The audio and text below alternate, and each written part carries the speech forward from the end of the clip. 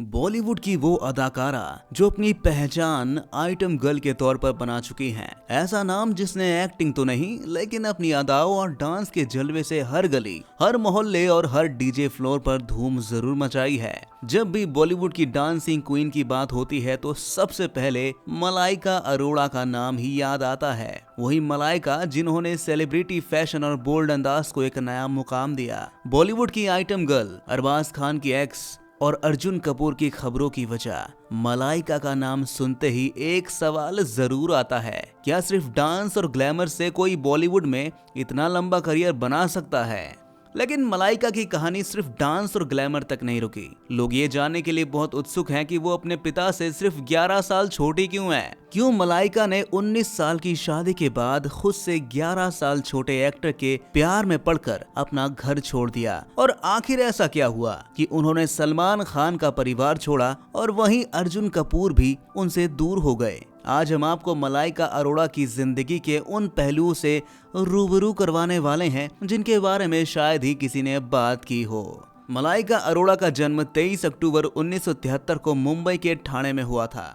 उनकी उम्र अब 51 साल से ज्यादा हो चुकी है, लेकिन उन्हें देखकर इस पर यकीन करना थोड़ा मुश्किल है। उनकी फिटनेस और खूबसूरती देखकर हर कोई हैरान रह जाता है। उनकी मां जॉयस पॉलीकॉर्प मलयाली क्रिश्चियन थी जिन्होंने अपने जीवन में काफी उतार चढ़ाव का सामना किया। अब बात करते हैं मलाइका के पिता की। उनके असली पिता अनिल अरोड़ा एक पंजाबी परिवार से थे और इंडियन मर्चेंट नेवी में काम करते थे। जब मलाइका सिर्फ 11 साल की थी तब उनके माता पिता का तलाक हो गया। इसके बाद उनकी मां ने अनिल कुलदीप मेहता से शादी की जो मलाइका और उनकी बहन अमृता के सौतेले पिता बने। लेकिन कहानी यहीं खत्म नहीं हुई। समय के साथ उनकी मां ने दोनों पतियों से तलाक ले लिया और फिर सितंबर 2024 में मलाइका के सौतेले पिता ने आत्महत्या कर ली। इस तरह मलाइका और अमृता ने बचपन से ही रिश्तों की जटिलताओं और उतार चढ़ाव को करीब से महसूस किया। मलाइका की मां चाहती थी कि उनकी बेटी मलाइका एक साधारण जिंदगी जिए और टीचर बने, लेकिन शायद किस्मत को कुछ और ही मंजूर था। मलाइका ने जल्दी समझ लिया था कि ग्लैमर की दुनिया में कदम रखकर वो न सिर्फ अपनी पहचान बना सकती है बल्कि अच्छा खासा पैसा भी कमा सकती है।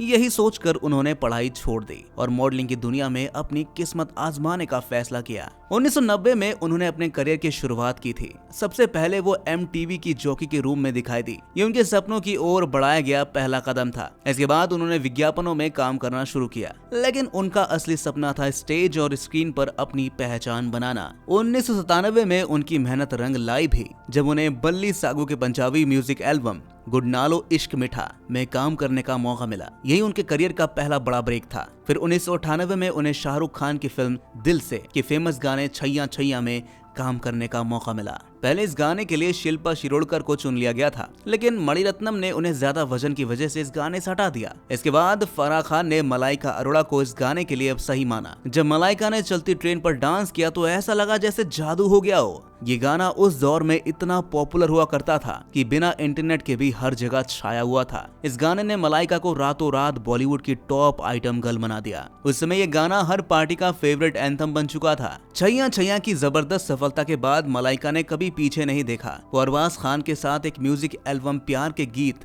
में नजर आई। इस एल्बम का गाना रंगीला मारो खूब हिट हुआ। अरबाज मलाइका की खूबसूरती और अंदाज पर ऐसे फिदा हुए कि उन्होंने मलाइका से शादी कर ली। इस शादी के बाद मलाइका को सलमान खान की भी भाभी का टैग मिला और बॉलीवुड में उनकी खास पहचान भी बनी। मलाइका अरोड़ा का बॉलीवुड सफर बेहद दिलचस्प और रंगीन रहा है। साल 2000 में उन्होंने बॉबी देओल की फिल्म बिच्छू के एक गाने पर डांस किया। वो इस फिल्म की हीरोइन तो नहीं थी, लेकिन उस गाने ने उन्हें किसी लीड रोल एक्ट्रेस जैसा एहसास जरूर दिलाया। 2001 में सनी देओल की फिल्म इंडियन आई थी। इस फिल्म में मलाइका को सनी देओल के साथ एक आइटम सॉन्ग करना था, लेकिन सनी पाजी अपने सख्त स्वभाव के लिए फेमस थे और उन्होंने आइटम डांस करने से मना कर दिया। इसी वजह से मलाइका को वो गाना किसी और डांसर के साथ शूट करना पड़ा। साल 2002 में सनी देओल की एक फिल्म माँ तुझे सलाम में मलाइका ने एक आइटम सॉन्ग किया जिसमें उन्होंने अपनी जवानी को सोने जैसा बताया। उसी साल फिल्म कांटे में उन्होंने फिर से एक आइटम गर्ल का रोल निभाया। इस फिल्म में उन्होंने एक्टिंग भी की, लेकिन जब उन्होंने सुनील शेट्टी के साथ डायलॉग बोले तो दर्शकों ने कहा तुम आइटम सॉन्ग किया करो। वही अच्छा लगता है। फिर 2005 में करण जौहर की फिल्म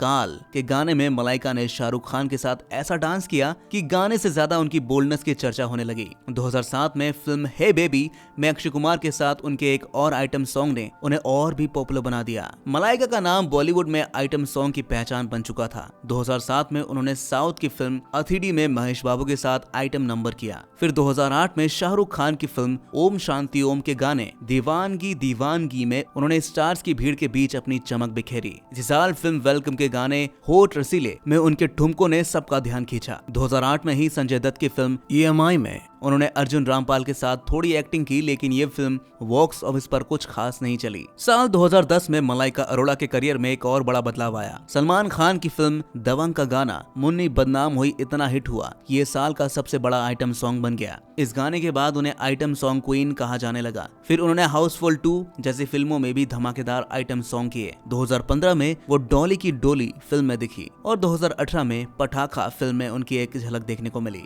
मलाइका ने यह साबित कर दिया कि उम्र वाकई में सिर्फ एक नंबर होता है। 2022 में उन्होंने आयुष्मान खुराना की फिल्म एन एक्शन हीरो में 50 की उम्र में भी धमाकेदार आइटम सॉन्ग किया। फिर 2023 में नेटफ्लिक्स की फिल्म खो गए हम कहां में उनका गेस्ट अपीयरेंस देखने को मिला। 2024 में उन्होंने एक मराठी फिल्म में भी आइटम सॉन्ग किया। मीडिया ने कहा चाहे उम्र 50 हो, 60 हो या 70, मलाइका हमेशा बॉलीवुड की आइटम गर्ल ही रहेंगी। मलाइका ने सिर्फ आइटम सॉन्ग ही नहीं किए बल्कि टीवी की दुनिया में भी अपनी अलग पहचान बनाई। उन्होंने कई पॉपुलर टीवी शोज में काम किया, जैसे no more secrets, India's best dancer, power couple और परफेक्ट ब्राइड। इसके अलावा उन्होंने झलक दिखला जा, नच बलिए और इंडियाज गॉट टैलेंट जैसे रियलिटी शोज में जज की भूमिका निभाई। इन शोज पर अक्सर कंटेस्टेंट से ज्यादा ध्यान मलाइका पर रहता था। मलाइका ने अपने एक show moving in with Malaika में स्टैंड अप कॉमेडी करने की कोशिश की, लेकिन ये शो ज्यादा सफल नहीं हो पाया। लोगों का कहना था कि शो इतना कमजोर था कि मलाइका को अपने दोस्तों को ऑडियंस में बुलाना पड़ा ताकि वो उनके जोक्स पर हंस सके।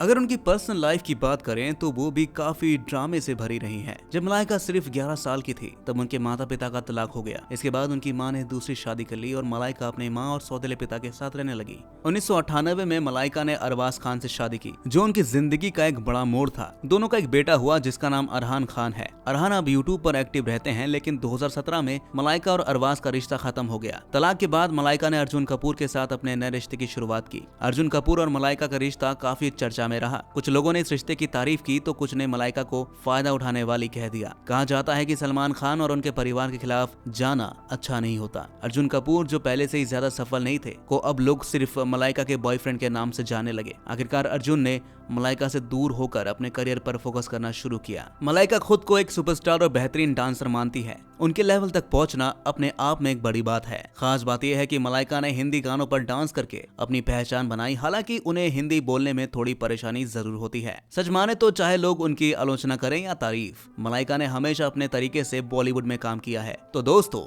आपके हिसाब से बॉलीवुड में टिके रहने के लिए सिर्फ टैलेंट ही काफी है या सही प्लानिंग और मौके का सही इस्तेमाल भी जरूरी है? अपनी राय कमेंट में शेयर जरूर करिएगा।